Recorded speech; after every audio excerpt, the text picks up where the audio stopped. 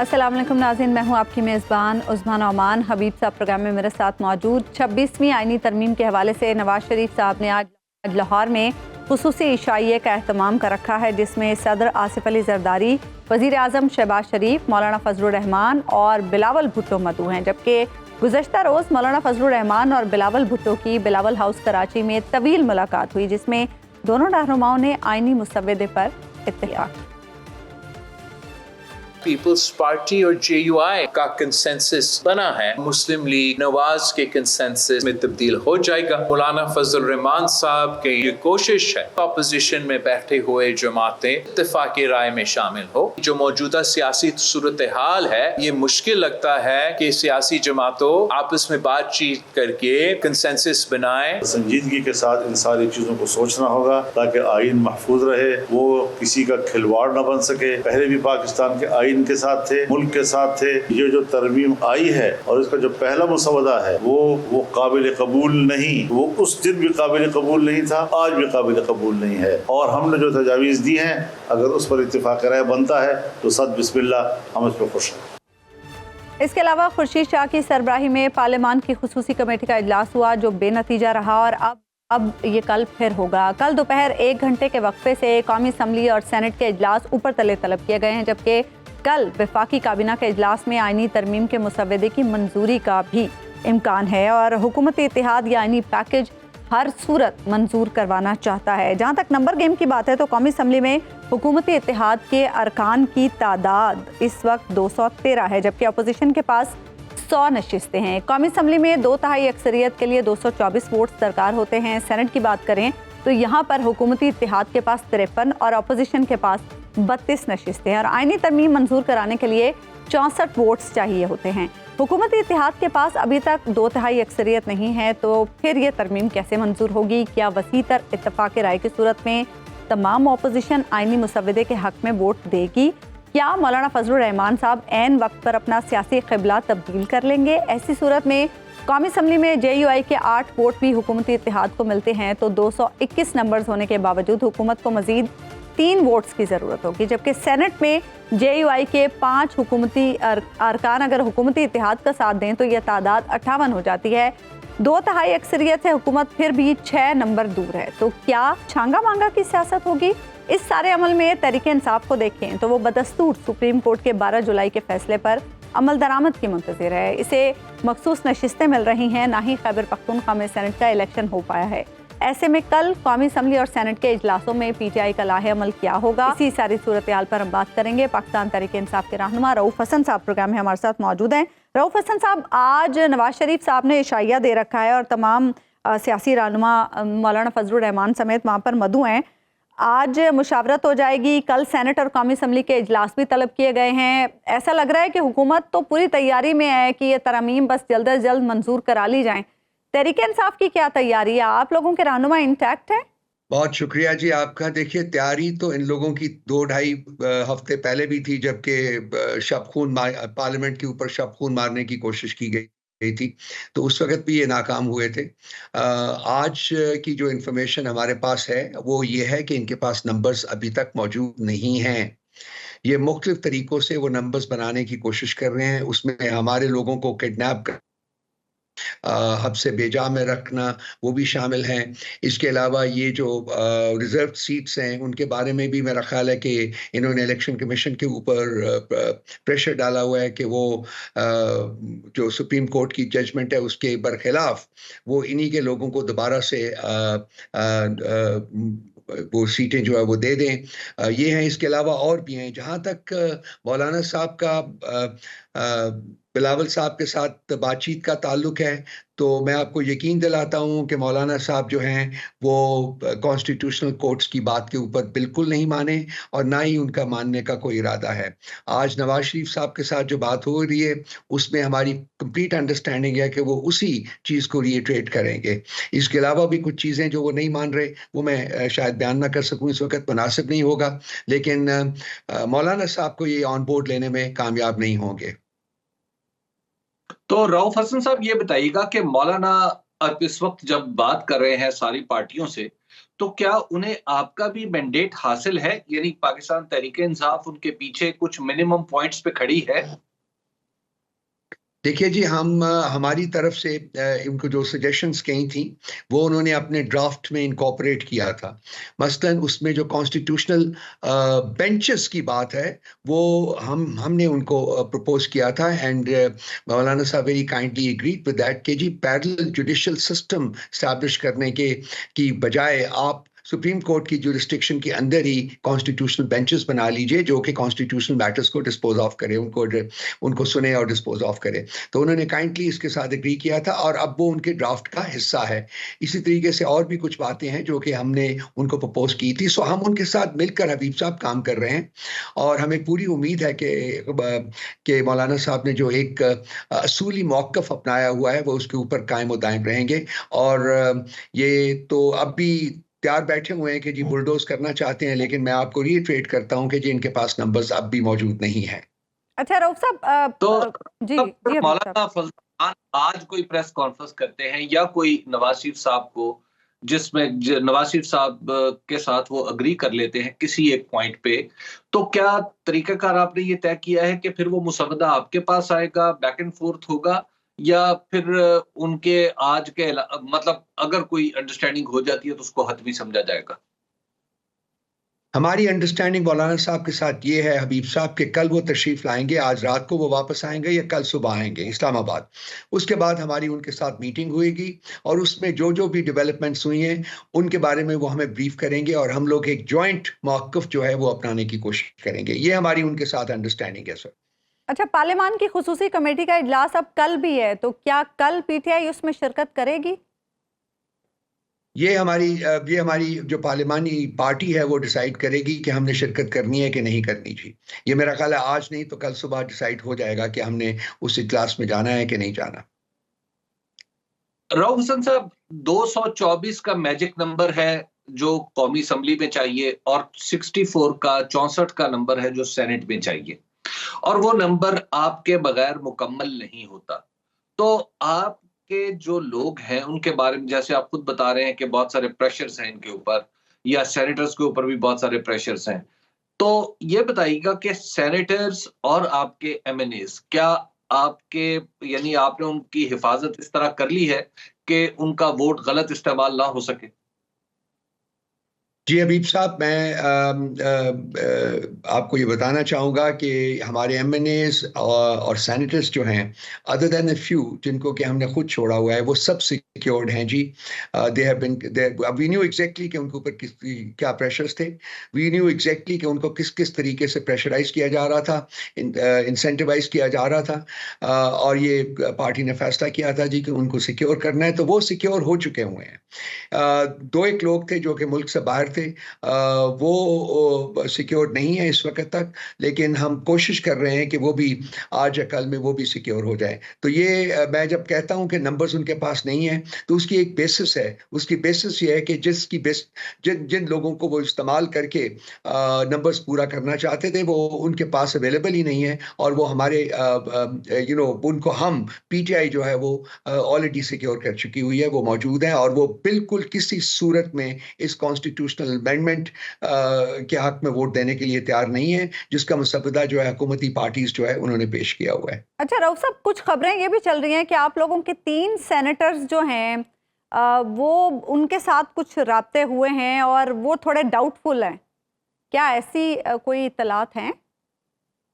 मैंने अभी अर्ज किया था ना जी कि 2 लोग जो कि मुल्क से बाहर थे, ये 2 नहीं 3 नहीं है, 2 हैं। 2 हैं। तो अच्छा। उनके साथ जो है वो हमें शकूक है कि वो शायद उनके ऊपर बहुत ज्यादा प्रेशर डाला हुआ है इस वक्त, लेकिन हम कोशिश कर रहे हैं कि हम उनके साथ भी राब्ता उस्तवार करें और उनको भी सिक्योर करने की कोशिश करें। तो रऊफ साहब, जहां पर आपकी पार्टी के नंबर्स मैटर कर रहे हैं, मौलाना फजल रहमान के नंबर्स मैटर कर रहे हैं, इसी तरह जो अख्तर जान मेंगल साहब की पार्टी है उनके नंबर्स भी मैटर कर रहे हैं, तो क्या उनके साथ भी आपकी कोई अंडरस्टैंडिंग है? जी बिल्कुल, उनके 2 सेनेटर्स हैं जी, और उन्होंने कमिट किया हुआ है कि वो सेनेटर्स जो हैं वो कॉन्स्टिट्यूशनल अमेंडमेंट्स के हक में वोट नहीं देंगे। उनके साथ जो लेटेस्ट बात हुई है उसमें एक सेनेटर के बारे में उन्होंने कहा है कि वो उसके ऊपर, मेरा ख्याल है कि उन्होंने उसको मतलब अरेस्ट कर लिया है, शुड आई से दैट। तो वो उसके बावजूद उनकी कमिटमेंट ये है, जो आज बात हुई है उनके साथ, उन्होंने कहा है जी कि वोट वो इस कॉन्स्टिट्यूशनल अमेंडमेंट के हक में बिल्कुल नहीं देंगे, दोनों में से कोई सेनेटर भी नहीं देगा। एक के बारे में उन्होंने बताया कि वो शायद अब हुकूमत की कस्टडी में है। रऊफ हसन साहब, अख्तर मिंगल साहब का एक ट्वीट भी आया है और उन्होंने कहा है कि बड़े प्रेशर्स आ रहे हैं उनके उन दोनों सेनेटर्स पर। जी बिल्कुल, उन्होंने हमें भी बताया ये, और एक के बारे में जैसा कि मैंने अर्ज किया है कि एक के बारे में उन्होंने शकूक का इजहार किया है कि वो शायद ऑलरेडी हुकूमत के कंट्रोल में या कस्टडी में, कहना चाहिए, कंट्रोल तो नहीं, कस्टडी में है। और उन्होंने तो यहाँ तक कह दिया था कि जी मेरे पास इन्होंने कोई ऑप्शन नहीं छोड़ा, और अगर ये प्रेशर बरकरार रहेगा तो फिर मैं अपने सेनेटर्स को कहूंगा कि वो रिजाइन कर दें सेनेट से। ये भी उनके ट्वीट में था, आपने देखा होगा, ये उन्होंने कहा था कि या अच्छा, अख्तर जान मेंगल साहब का मामला तो अपनी जगह है, और जाहिर है उनकी सियासी साख भी इस वक्त दांव पे लगी होगी, क्योंकि उनके जो सेनेटर्स हैं वो उनको कंट्रोल करना तो उनका अपनी पार्टी का मामला है। दूसरा इस चीज का यह है कि एक तो आपने अपनी जो स्ट्रेंथ है उसको सिक्योर करना है, लेकिन इसी तरह एक रास्ता ये भी होता है कि आप दूसरे इत्तेहाद के लोगों को भी कुछ एंगेज करने की कोशिश करें, या वो लोग एंगेज हो जाएं। तो क्या ऐसे लोग मौजूद हैं इस हुकूमती इत्तेहाद में जिन्होंने पीटीआई से राब्ता किया हो कि जनाब हम तो वोट देना नहीं चाहते? क्या ऐसे कुछ लोग हैं? ज़मीर की आवाज पर मैंने कल अपने 2-3 प्रोग्राम्स में कहा था ये हबीब साहब कि 3 लोग पीएमएलएन से हैं जो कि हमारे साथ राब्ते में हैं, और पीपल्स पार्टी से 3 से ज़्यादा लोगों ने डिसकंटेंटमेंट शो की है इस कॉन्स्टिट्यूशनल अमेंडमेंट का जो ड्राफ्ट आया है उसके साथ। उनकी कोई कमिटमेंट तो नहीं है, लेकिन पीएमएलएन के जो 3 लोग हैं उनके बारे में हमें काफ़ी हद तक यकीन है कि वो अपनी पार्टी के हक में वोट नहीं देंगे। और ये भी मैं कह सकता हूँ कि मुझे जो लग रहा है कि शायद पीपल्स पार्टी के भी चंद लोग, 2 या 3 लोग, 4 लोग भी हो सकते हैं, क्योंकि वहां से ज्यादा लोगों ने हमारे साथ राब्ता किया है कि शायद वो भी इस ड्राफ्ट के हक में वोट ना दें। सो नंबर्स तो उनके पास नहीं, बिल्कुल नहीं है हबीब साहब, मैं आपको कैटेगोरिकली स्टेट कर सकता हूं, लेकिन जो रियासती फस्तायत है उसका इस्तेमाल बेइंतहा हो रहा है, और इनकी कोशिश यही है, फ्रस्ट्रेशन इनकी ये है कि जी हमारे एमएनएज और सेनेटर्स हमने सिक्योर कर लिए हैं, we acted very wisely this time because we knew कि ये लोग क्या क्या कर सकते हैं, किस किस हद तक जा सकते हैं। तो इनकी फ्रस्ट्रेशन जो है वो बढ़ी हुई है, लेकिन मुझे यकीन है कि नंबर्स इनके पास ना हैं, और ना ही अंडर द गिवन सर्कमस्टांसेस इनके पास नंबर्स होंगे। रऊफ साहब, जो आईनी तरमीम हो रही है इसका एक मिनिमम वर्जन भी हो सकता है, जैसे अभी आपने कहा कि जनाब बिल्कुल जो आईनी बेंच है इस पे पीटीआई वोट कर सकती है, पीटीआई साथ चल सकती है, लेकिन इसमें कौन सी ऐसी तरमीम है जो बिग नो है आईनी अदालत के अलावा, जो आपको पता है जिसपे आपने बिग नो है कि नहीं जी इस पे तो हम बात ही नहीं करेंगे? देखिए, कॉन्स्टिट्यूशनल कोर्ट जो है that's a big no, military courts जो हैं दैट्स अ बिग नो, जजेस की ट्रांसफर जो है that is a big no. हम नहीं चाहते कि जी जजेस जो हैं वो क्लर्क्स बन जाएं, वो पीएन्स बन जाएं, बिल्कुल नहीं होना चाहिए। सो ये बेसिक्स जो है ना, ये इनके ऊपर तो हम बिग नो है। कॉन्स्टिट्यूशनल कोर्ट के ऑल्टरनेट हमने अर्ज किया है कि जी कॉन्स्टिट्यूशनल बेंच बना दिया जाए, और बाकी जो चीजें हैं वो तो उसका तो कोई ऑल्टरनेट भी नहीं हो सकता, वो किसी सूरत में जो है वो जो हमारा जो एग्जिस्टेंट आइन है उसको हम डाइल्यूट नहीं होने देंगे। देखिए हबीब साहब, थोड़ा सा इसको एक्सपैंड करते हैं। अगर आप पाकिस्तान की हिस्ट्री देखें तो आइन बना था कंसेंसस से बना था, और उसके बाद जितनी तरामीम हुई हैं उनके बारे में भी कोशिश की गई है कि वो कंसेंसस से हो, बिकॉज आइन जो है, आइन में तरमीम एक फंडामेंटल रिक्वायरमेंट होती है उसकी कि आप सब पार्टीज को, सब स्टेक होल्डर्स को ऑन बोर्ड लें। लेकिन अनफॉर्चुनेटली ये जो तरमीम हो रही है ये एक बड़े अजीब ही तरीके से हो रही है, जिसमें कि जो लोग ये बिल मूव करना चाहते थे उनके अपने पास भी ये बिल मौजूद नहीं था। उस रात को जब पार्लियामेंट के ऊपर शबखून ये डालने मारने की कोशिश कर रहे थे, तो इनके पास अपने पास भी वो ड्राफ्ट नहीं था। तो अभी भी मुझे पता चल रहा है कि शायद इनके पास आज भी फाइनल ड्राफ्ट, हालांकि सर्कुलेट हुआ है पीपल्स पार्टी का भी ड्राफ्ट और पीएमएलएन का भी ड्राफ्ट, लेकिन मेरा ख्याल है कि ये भी शायद फाइनल नहीं है, इसमें अभी भी चेंजेस हो रही होंगी। तो हमारी इनसे यही इस्तदा होगी कि अगर कॉन्स्टिट्यूशन में अमेंडमेंट करनी है, ठीक है, ये लेजिस्लेटिव मामला है, जरूर करें, लेकिन वो तमाम जो इसके जो रिक्वायरमेंट्स हैं उनको पूरा करें, इसको लेकिन मसला ये ना रऊफ साहब, वो 25 से पहले करना चाहते हैं। देखिए ना, यही मैं उसी पर आ रहा था ना कि ये इसको कमेटीज में भेजें, कमेटीज की इनपुट लें और उसके बाद पार्लियामेंट पे दोबारा लेके आए और इसके ऊपर वोट दें। लेकिन मसला ये है कि ये जो तरामीम हैं ये पर्सन स्पेसिफिक हैं और एजेंडा स्पेसिफिक हैं। तो ये जो है वो कॉन्स्टिट्यूशन में अमेंडमेंट करने के लिए पर्सन एंड एजेंडा स्पेसिफिक तरामीम जो है वो किसी सूरत में कबूल नहीं की जा सकती। एक दिलचस्पी कुछ शिकों में ये जाहिर हो रहा है कि एस्टेब्लिशमेंट की तरफ से भी है। क्या उन जिन शिकों से एस्टेब्लिशमेंट को दिलचस्पी है, क्या उन पर भी आपसे बात हुई है और आप जानते हैं वो शिकें कौन सी? हबीब साहब, मैं इस चीज से, मेरा बिल्कुल सरोकार नहीं है, ना पीटीआई का सरोकार है कि उसमें कौन इंटरेस्टेड है और कौन नहीं है। द फैक्ट इज कि जो पार्लियामेंट में पेश किया जाएगा उसकी हम मेरिट के ऊपर इवैल्यूएशन करेंगे और उस मेरिट की इवैल्यूएशन के बाद हम फैसला करेंगे कि वो उसको सपोर्ट करना है कि नहीं करना। अंडर द सर्कमस्टांसेस जो इस वक्त है, जो ड्राफ्ट हमारे पास आए हुए हैं पीपल्स पार्टी का भी और पीएमएलएन का, उनको हम सपोर्ट नहीं कर सकते। बिल्कुल कुल्लियतन मैं ये कह रहा हूं कि उसको हम सपोर्ट नहीं कर सकते। जो जेयूआई का ड्राफ्ट है, जो हमारे साथ कोलैबोरेशन के साथ उन्होंने बनाया है, उसके साथ हम चल रहे हैं और हम उम्मीद करते हैं कि वो जो फाइनल शेप में आएगा तो वो जेयूआई की रिक्वायरमेंट्स को भी पूरा करेगा और पीटीआई की रिक्वायरमेंट्स को भी पूरा करेगा और होपफुली बाकी जो पार्टीज हैं वो भी उसके साथ एग्री कर जाए। मेरी जाती एनालिसिस ये है कि वो बिल्कुल उसके साथ एग्री नहीं करेंगे, बिकॉज उनका पर्सन स्पेसिफिक एजेंडा जो है और एजेंडा स्पेसिफिक जो उनका पार्ट है वो उसके साथ उसको पूरा नहीं होता। वो जो करना चाहते हैं वो हमारी तरमीम जो हम दे रहे हैं उसका ड्राफ्ट देंगे, उसके बेसिस के ऊपर वो पूरा नहीं कर सकेंगे। कंसिक्वेंटली मुझे नहीं नजर आता कि वो हमारे ड्राफ्ट को एक्सेप्ट करेंगे। वो कोशिश उनकी यही होगी अक्तल बसा कि वो अपने ड्राफ्ट को पुश करें, जैसे भी पुश कर सकते हैं। अच्छा रऊफ साहब, अब आईनी तरमीम से थोड़ा आगे बढ़ते हैं। आप भी ये समझते हैं कि आगे बढ़ने का रास्ता इस वक्त ये है कि एस्टैब्लिशमेंट और पीटीआई के मामलात आपस में दुरुस्त हों, बातचीत शुरू हो? 22 अगस्त के बाद जो एक हम देख रहे थे या समझ रहे थे कि एक विंडो शायद ओपन हुई है बातचीत के लिए, उसमें किस हद तक मामलात आगे बढ़े हैं? गंडापुर साहब के हवाले से ये कहा जाता है कि उनका बड़ा मेन रोल है इसमें, कि वो कनेक्ट कर रहे हैं, लेकिन साथ साथ आप लोगों के पार्टी के भी इख्तलाफात आ रहे हैं। गंडापुर साहब पर बहुत सारे शुकूक व शुबात का भी इजहार किया जा रहा है पार्टी रहनुमाओं की जानिब से। देखिए, गंडापुर साहब बहुत कोशिश कर रहे हैं, बहुत मेहनत कर रहे हैं। वो एक बड़े कमिटेड लीडर हैं पीटीआई के और उनके ऊपर शकूक व शुबात का इजहार करना जो है वो इंतहाई ज़्यादती है। अनफॉर्चुनेटली कुछ ऐसी रूमर्स हैं जो फैलाई जाती हैं, उसका एक अपना मोटिव होता है, एक अपना पर्पस होता है और वो फैलाई जाती हैं ताकि पार्टी में डाइसेंशन जो है वो क्रिएट हो, डिविजन क्रिएट हो। और ऑब्वियसली आपको पता है कि इसके पीछे जो कौन लोग हैं, किस तरीके से वो इसको ऑपरेट करते हैं। मैं उन लोगों में से हूँ, चंद लोगों में से हूँ जो कि फील करते हैं कि at the end of the day Habib Sahab और इस्टेब्लिशमेंट और पाकिस्तान तहरीक इंसाफ के दरमियान एक डायलॉग जो है वो इनएविटेबल है, वो होना चाहिए। वो रियासत का इंटरेस्ट उसमें पनाह है और उसकी वजूहात ये हैं कि पीटीआई जो है वो पाकिस्तान की सबसे बड़ी पॉलिटिकल जमात है और इमरान खान पाकिस्तान के सबसे ज़्यादा पॉपुलर पॉलिटिकल लीडर हैं। एस्टैब्लिशमेंट का एक ट्रेडिशन रही है, एक उनका एक हिस्ट्री है of being involved in Pakistan affairs, you know, at multiple levels. You know, आपको पता है 4 मार्शल लॉस भी लगे हैं इस मुल्क में।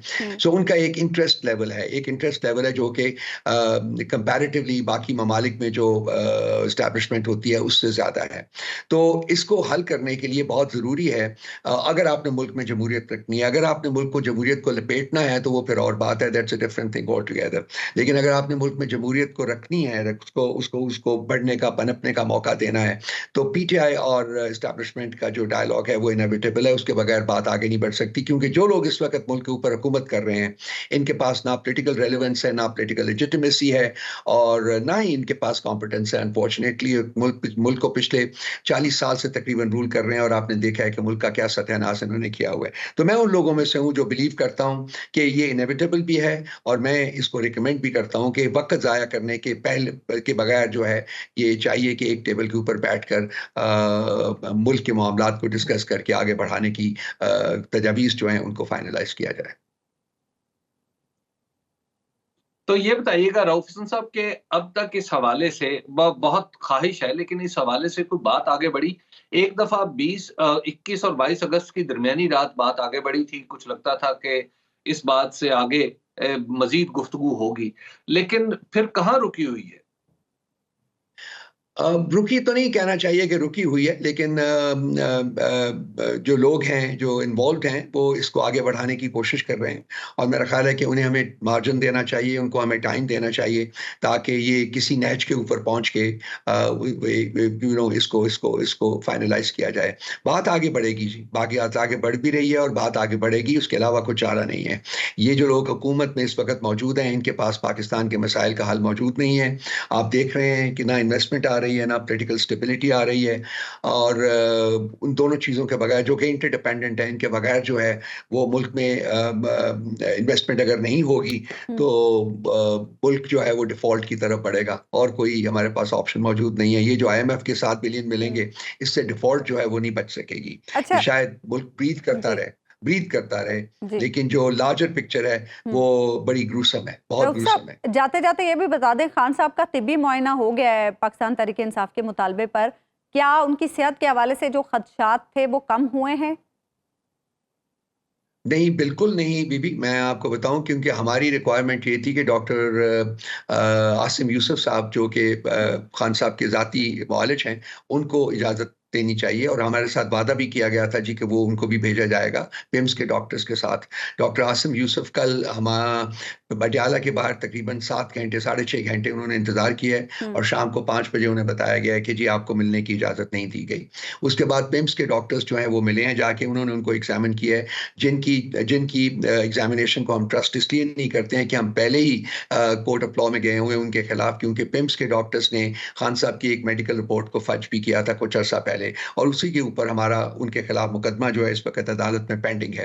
सो उनकी जो रिपोर्ट आई है उसको हम ट्रस्ट नहीं करते। इस सिलसिले में मैंने कल भी अपना बयान दिया था, कल भी मैंने कहा है और वो आया भी हुआ है, एक्सटेंसिवली कवर भी हुआ है कि जब तक आसिम यूसुफ साहब को जो कि खान साहब के ज़ाती मौलिज है उनको उनसे मिलने की इजाज़त नहीं दी जाती और वो खुद उनको ज़ात एग्जामिन नहीं करते, उस वक्त तक हम बिल्कुल उनकी सेहत के बारे में जो हमारे कंसर्न्स हैं वो मौजूद हैं और वो मौजूद रहेंगे। इस सिलसिले में नौरीन न्याजी साहिबा जो कि खान साहब की बहन है, उन्होंने भी कल 2-3 प्रोग्राम्स में आए हैं वो और उन्होंने बात की है और उनकी कंटेंशन भी, उनकी फैमिली की कंटेंशन भी बिल्कुल यही है जो कि मैंने अर्ज की है। ठीक है, बहुत बहुत शुक्रिया रऊफ हसन साहब, आप प्रोग्राम में हमारे साथ। एक ब्रेक हम लेंगे नाज़िन, ब्रेक के बाद वापस आएंगे तो सारी सूरत हाल पर हबीब साहब से गुफ्तगू करेंगे। Welcome back नाज़िन। हबीब साहब, जाती उम्रा में इस वक्त इशाइये पर सियासी क़यादत मौजूद है, मौलाना फजलुर रहमान भी मौजूद है वहाँ पर और आज सब अपने अपने मुसव्विदों पर मुशावरत करेंगे। आई एम वेरी क्यूरियस के आईनी तरमीम के मुसव्वदे की हतमी शक्ल क्या होगी, आपको क्या लग रहा है? देखिए, आईनी तरमीम के बारे में अब तक 3 या 4 मुख्तलिफ निकात सामने आ चुके हैं। आप मौलाना और पाकिस्तान तहरीक इंसाफ को एक तरफ रखें, जैसे अभी थोड़ी देर पहले रऊफ हसन साहब कह रहे थे कि मौलाना के साथ उनकी मुशावरत जारी है, तो गोया एक ड्राफ्ट या एक राय ये है। दूसरी राय थी जो एक नाकामी के बाद पाकिस्तान पीपल्स पार्टी ने इख्तियार की थी। उन्होंने कहा था कि आईनी अदालत होनी चाहिए और आईनी बेंच, और आईनी अदालत ना सिर्फ ऊपर होनी चाहिए बल्कि नीचे यानी निचली सतह पर भी, सूबे की सतह पर भी होनी चाहिए। और फिर एक मुसव्वदा जो है वो सामने आया है जो पाकिस्तान मुस्लिम लीग नून का या हुकूमती मुसव्वदा आप उसको कह सकते हैं, वो भी कुछ पीपल्स पार्टी के करीब है, लेकिन उस पर कुछ बातें कुछ और अंदाज से। लेकिन पीपल्स पार्टी और PMLN के मुसव्वदे को अगर आप देखें तो उसमें आपको एक बात मुश्तरक नजर आती है कि किसी तरीके से 25 अक्टूबर 2024 को चीफ जस्टिस जनाब जस्टिस काजी की रिटायरमेंट रुक जाए और मंसूर अली ना बनने पाए चीफ जस्टिस ऑफ पाकिस्तान। अब जब चीफ जस्टिस को वो नहीं रोक पा रहे तो इसका मतलब है कि आइंदा आने वाले चीफ जस्टिस का रास्ता रोक ले, तो उसके लिए आईनी तरमीम करना चाह रहे हैं। तो उसका तो मकसद वहीद यही नजर आता है कि मंसूर अली शाह साहब का रास्ता रोका जाए। जहां तक मौलाना फजल रहमान का ताल्लुक है तो उसमें कोई किसी किस्म का कोई पर्सन स्पेसिफिक एजेंडा आपको दिखाई नहीं देता। मसलन उसमें वही बेंच है, सुप्रीम कोर्ट के अंदर एक नया बेंच बन जाए और उसका जिक्र दस्तूर में आ जाए, एक मुस्तकिल अदालत के तौर पे वो काम करना शुरू कर देगा, और यही सूरत हाल सुप्रीम कोर्ट का है। तो जो पीएमएलएन और पीपल्स पार्टी का मुसवदा था वो तो ऐसे था कि जिसमें अदलिया को अदलिया कहना ही उसके बाद मजाक बन जाता। आप उसको कुछ भी कह लेते, आप यानी आप उसके ऊपर कम से कम अदलिया का ठप्पा नहीं लगा सकते थे। तो बहरहाल अब आप जो मुसवदा पीपल्स पार्टी और जो जमीयत उलमा इस्लाम के दरमियान तय पाया है, अब आप उसको कह सकते हैं कि वो पीटीआई, मौलाना फजल रहमान और पीपल्स पार्टी के दरमियान एक इम्कानी मुसवदा है, राइट? ठीक। इस मुसवदे में जो अब तक मेरी मालूमात है वो ये है कि जस्टिस मंसूर अली शाह साहब ही चीफ जस्टिस होंगे। जस्टिस मंसूर अली शाह साहब का रास्ता रोकने में अब ऐसे लग रहा है कि पाकिस्तान पीपल्स पार्टी को कोई दिलचस्पी नहीं रही, और पाकिस्तान पीपल्स पार्टी भी समझ रही है कि तो हबीब साहब फिर गुज़श्ता रात जो प्रेस कॉन्फ्रेंस की थी बिलावल भुट्टो साहब ने, और जो कहा गया मौलाना की तरफ से भी कि इत्तेफाक हो गया है पीपल्स पार्टी के साथ, आईनी अदालत या आईनी बेंच, आपको क्या लग रहा है किस पे माना गया है? के ऊपर इत्तेफाक हुआ है। और दूसरी बात यह है कि 18वीं तरमीम के तहत, जब जो 19वीं तरमीम थी वो तो खालिस्तान अदलिया के हवाले से थी, जो 18वीं उसमें एक अरेंजमेंट इस तरह की थी कि उसमें हतमी इख्तियार पार्लियामेंट को और फिर हुकूमत को हासिल हो जाता नए जजेस की तकर्री का। उस वक्त सब लोग इस बात पे मुत्तफिक थे, लेकिन नवाज शरीफ साहब जो थे उनको अजीज थे ज्यादा उस वक्त के चीफ जस्टिस जनाब इफ्तिखार मोहम्मद चौधरी साहब, क्योंकि इफ्तिखार मोहम्मद चौधरी साहब जो थे उन्होंने टाइट कर रखा था पीपल्स पार्टी को, तो लिहाजा वहां से जो एक अरेंजमेंट थी वो ये थी कि उधर चीफ जस्टिस साहब थे इफ्तिखार मोहम्मद चौधरी साहब और इधर नवाज शरीफ साहब थे। तो नवाज शरीफ साहब ने अपना वजन इफ्तिखार मोहम्मद चौधरी साहब के पलड़े में डाला था, तो जिसकी वजह से जो तरमीम थी वो फिर बदल दी गई और उसमें बाकायदा 19वीं तरमीम हुई जिसमें अदलिया को इख्तियार दे दिया गया कि अब उनके नॉमिनेटेड लोग ही जज बन सकते हैं। तो ये एक आप यूं कह लीजिए कि थोड़ा सा तवाजुन तो इसमें गड़बड़ हुआ, तवाजुन तो इसमें खराब हुआ, और वो भी नवाज शरीफ साहब ने और जस्टिस इफ्तिखार मोहम्मद चौधरी ने खुद किया। अब पीपल्स पार्टी ये चाह रही है कि वो तवाजुन बहाल हो जाए। अब एक है तवाजुन रखना और एक है मुकम्मल तौर पर इख्तियारी हुकूमत के पास चला जाना। तो अब इस तवाजुन के नुक्ते को दुरुस्त करना पड़ेगा। वो देखेंगे कि मौलाना फजल रहमान ने इस नुक्ते पे जो गुफ्तगू की है उसका नतीजा मुसवदे की सूरत में कैसे सामने आता है। अच्छा, तो मौलाना और पीपल्स पार्टी में तो इत्तेफाक राय हो गया, नून लीग भी मानेगी इन पॉइंट्स पर, या फेस सेविंग के लिए जो चीजें अब डिसाइड हो चुकी हैं उन्हीं को मंजूर करा लिया जाएगा? देखिए, नून लीग के लिए तो एक डरावना ख्वाब है काजी फाइज ईसा का चले जाना। उनको तो ऐसे लग रहे हैं कि वो बिल्कुल यसीर हो गए हैं कि अब तो उनका कोई सर पर कुछ रहा ही नहीं है, पता नहीं आगे साहिबान ही नहीं है, आसमान गिर पड़ेगा, जमीन फट जाएगी।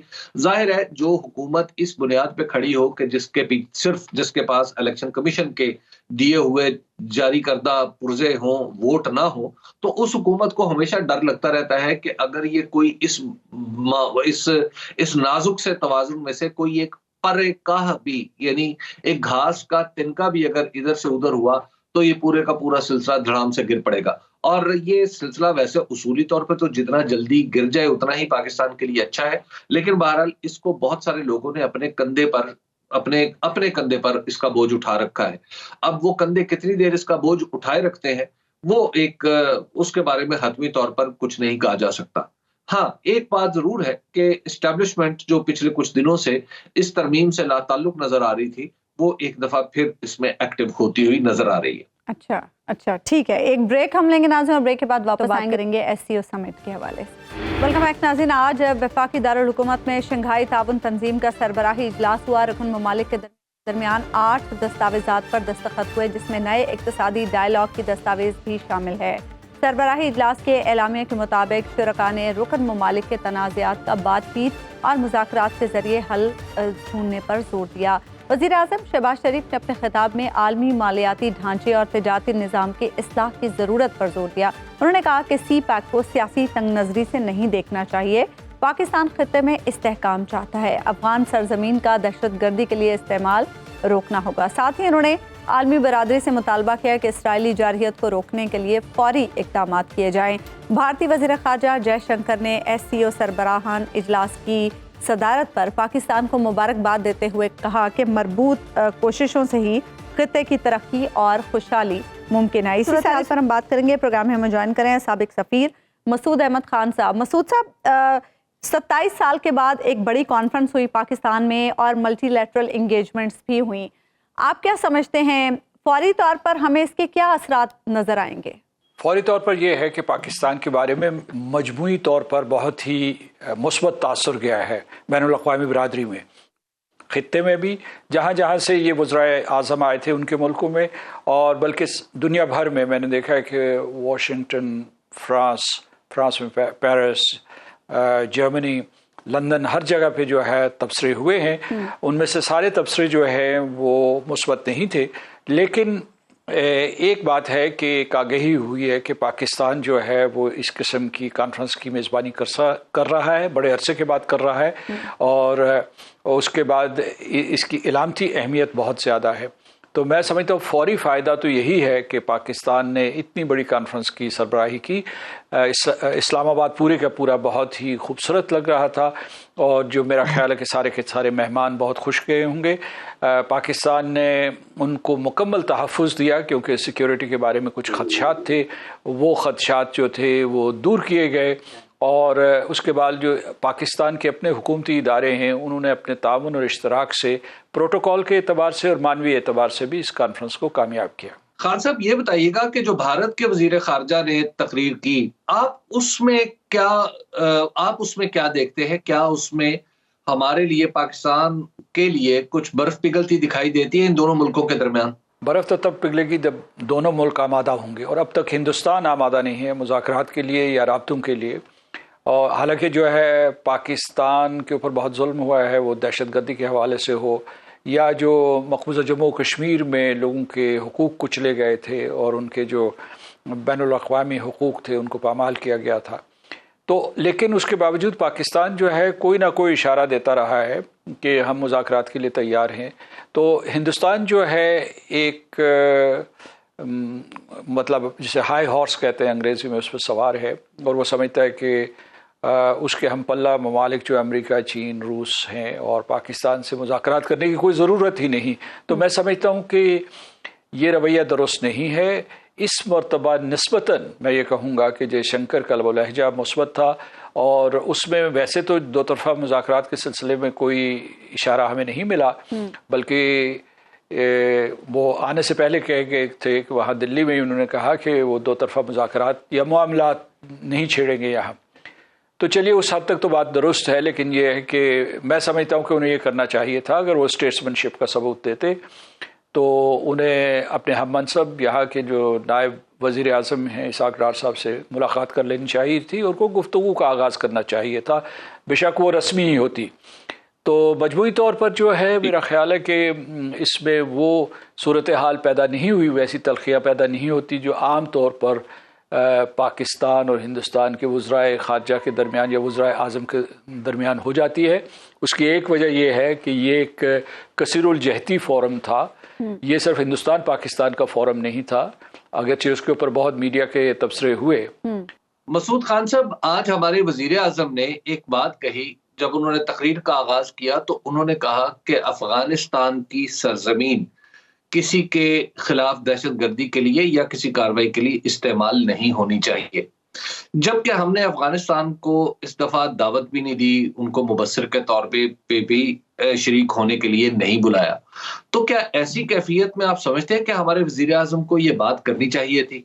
ये हमारा मुसलसल मुकालमा है अफ़गान क़यादत के साथ, जो 2021 के बाद भी जब अफ़गान तालिबान बरसर इक़्तिदार आए हैं तो पाकिस्तान उनका सबसे बड़ा वकील रहा है। मगरबी ममालिक के साथ, ख़ित्ते के ममालिक के साथ कि उनको तस्लीम किया जाए, इकट्ठे तस्लीम किया जाए, ये ना हो कि सिर्फ पाकिस्तान, सऊदी अरब और अमारात जो है उसे तस्लीम करें, जैसे पहले उन्होंने तालिबान की हुकूमत को किया था। उसके बाद जो है पाकिस्तान अक़वाम मुत्तहिदा हो या दूसरी जगह हों, वहाँ मुसलसल ये कहता रहा है कि इनकी ह्यूमैनिटेरियन मदद की जाए जो किसी तरीके से, और पाकिस्तान की कोशिशों की वजह से वो ह्यूमैनिटेरियन मदद यहाँ पहुँच रही है।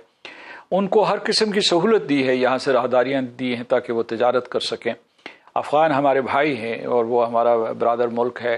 तो मैं समझता हूँ कि पाकिस्तान की बड़ी काविश है, लेकिन अगर वहाँ से आईसिस या जो तहरीक तालिबान पाकिस्तान यहाँ पाकिस्तान को निशाना बनाती हैं, यहाँ हमारे सिविलियंस को मारती हैं, यहाँ हमारे फ़ौजियों को शहीद करती हैं, तो ये एक मुतालबा बनता है अफ़गानिस्तान से।